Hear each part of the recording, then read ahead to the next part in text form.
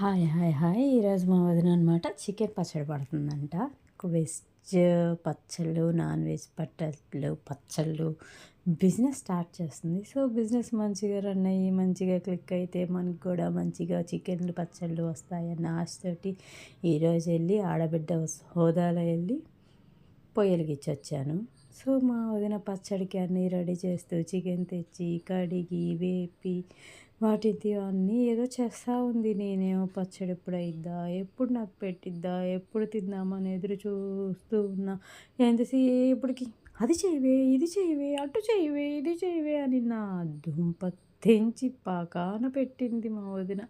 నా వల్ల కాదే బాబు, నాకు ఆకలేస్తుంది. కొంచెం అన్నం తింటానంటే, పచ్చడి పట్టుకొని అయ్యేదాకా లెగకూడదు అని చంపుకు తినిందండి బాబు. దాంతో నా సావుకొచ్చి ఎందుకొచ్చానురా బాబు! ఆ చికెన్ పచ్చడి కోసం వచ్చి దీని దగ్గర ఇరుక్కుపోయానేంట్రా సావే అనుకున్నా. ఎలాగోలా అట్లా చేసి, ఇట్లా చేసి ఎంత చేసినా గానీ పని తెవలనీయట్లేదండి ఈ పిల్ల.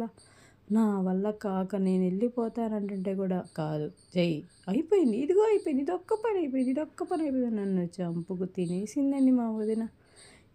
ఎట్లాగొట్ట పచ్చడి